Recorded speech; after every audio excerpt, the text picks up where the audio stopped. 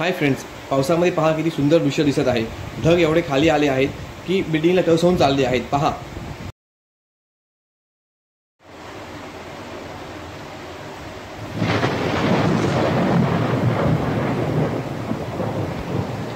हा आहे मुंबईचा प्रभादेवी एरिया आणि आपण टेरेसवरून शूट करत आहोत।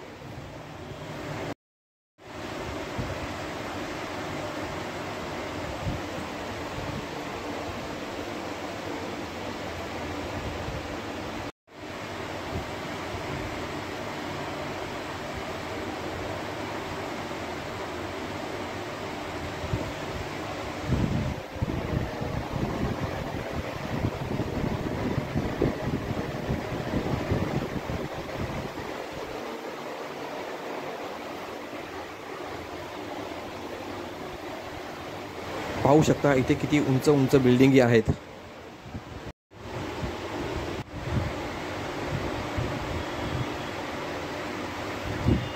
आता आपण पाहत आहोत तो वर्ली सी लिंक आहे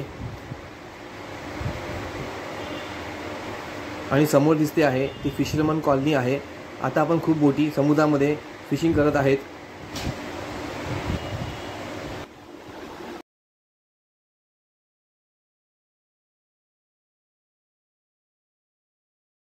फ्रेंड्स, तुम्हाला माझा हा व्हिडिओ आवडला असेल तर प्लीज लाईक करून सबस्क्राईब करा। असेच मी तुमच्यासाठी व्हिडिओ घेऊन येत राहीन।